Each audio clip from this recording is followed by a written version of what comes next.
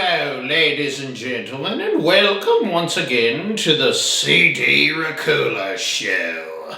Today's show, we're diving into the darkest waters known to man as we review the 1954 film, The Creature from the Black Lagoon. Okay, so before we get down to it, let me get this off my chest.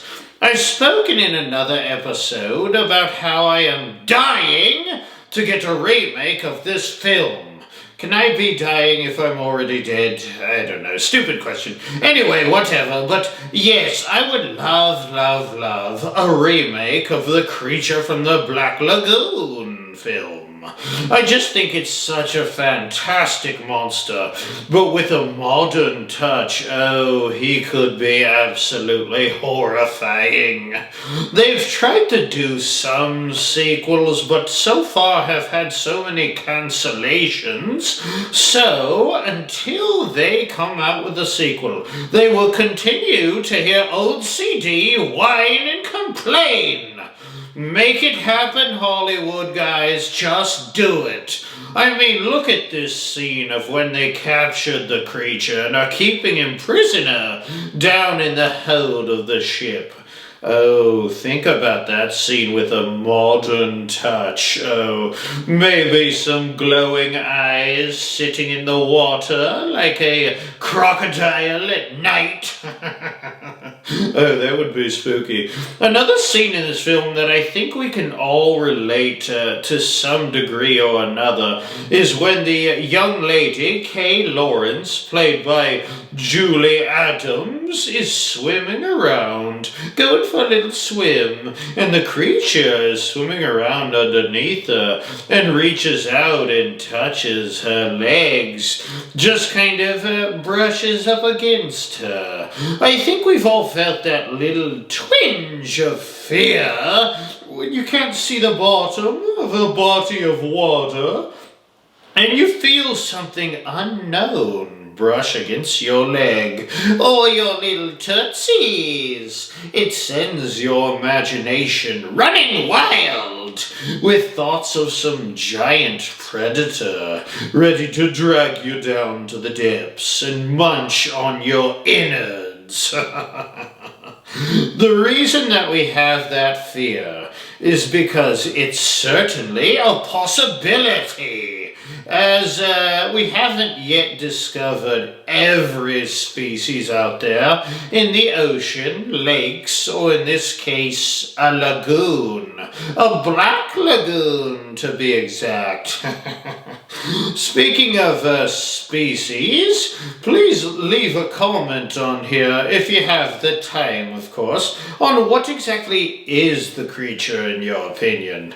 He's some kind of fish-human hybrid that has the ability to reside on both land and water, but obviously prefers to spend the majority of his time under the murky depths. I mean, they call him Gillman in certain circles, kind of a dorky name to me, but whatever. In fact, in the film The Monster Squad, they call what is clearly supposed to be the creature from the Black Lagoon Gillman. I love The Monster Squad, and if you guys have time, you should swim on over and check out that episode of the CD Racoola Show, as well as soon as we're done here, of course. Stay, go ahead, pick up a chair and stay.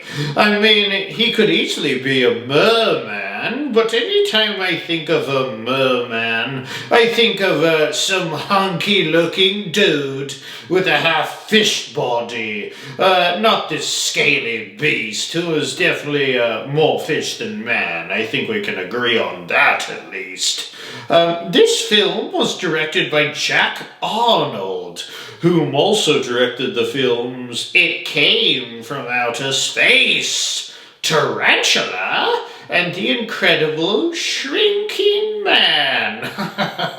Oh boy, Tarantula. That film was more than a little bit cheesy, but you have to admit, spiders just have that scary look, you know. Even the harmless ones, poor things. One of my favorite spider films of all time is, of course, Arachnophobia. And even Eight-Legged Freaks was at least entertaining.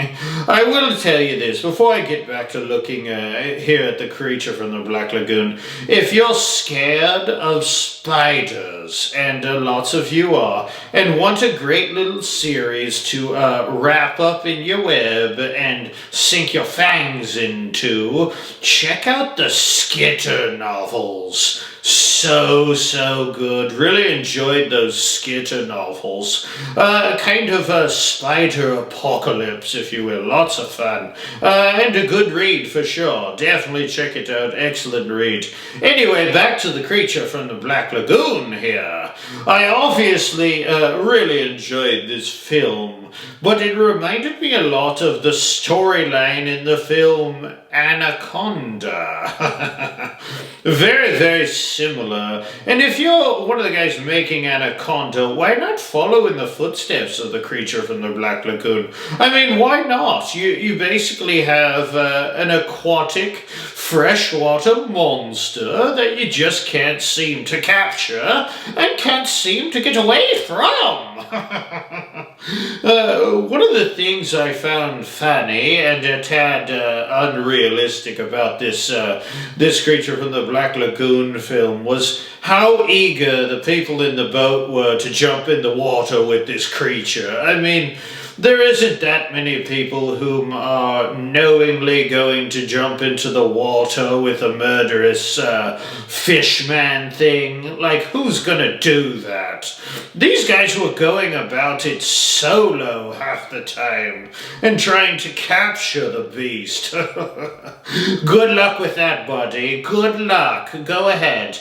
I mean, it doesn't... I get that it doesn't make much of a great horror film if you have an aquatic monster and no one ever gets in the water with it, but come on, don't knowingly hop in the water with the beast. It's just not smart, you know. One of the things I have noticed, and tell me if you've noticed it as well, about these early original Universal movie monster films is the sudden and abrupt endings. I mean, the film was great, and it had all this great build-up, and then the ending was just kind of a huge letdown to me. Some spoilers are coming up here, so plug your little human ear holes if you're scared. But the ending of the creature from the Black Lagoon, they simply just shoot the gill man. I mean, they just shoot him. And he sinks like a sack of potatoes into the murky death. Boom, it's over. Like, come on, you have to do better than that. They did, however, leave the question whether the creature actually died open to some debate, which left them some wiggle room for sequels. So, good job there, I guess.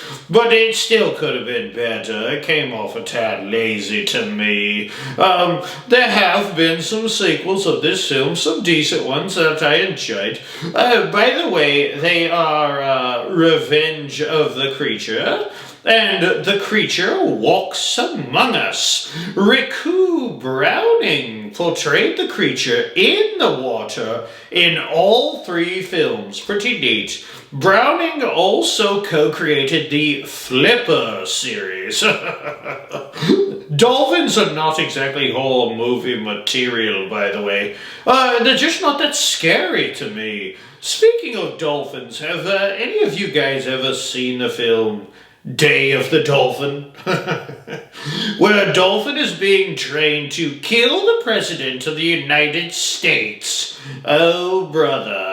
No.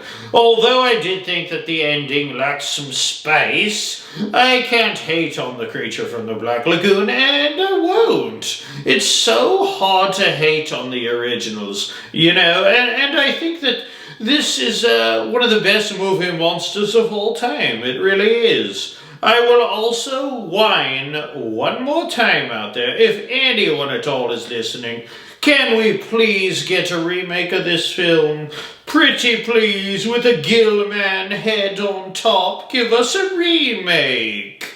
I'm going to give this film decent scores on the scarometer, just because I thought lots of underwater scenes were pretty scary, and underwater stuff in general is just scary, at least to me. Maybe not to you. Maybe you're like Michael Phelps or something, and it's just not that scary to you, or Jacques Cousteau, but to me, scary. I would like to take this time to thank you for joining me here on the CD Racoola Show, and if you would take this time to like, share, and subscribe to the show, so old CD can have the time to take a vacation to the Black Lagoon and maybe lay out on the beach and bask in the moonlight or something. I got my bathing suit all ready for you guys, baby. Oh, you're gonna like it.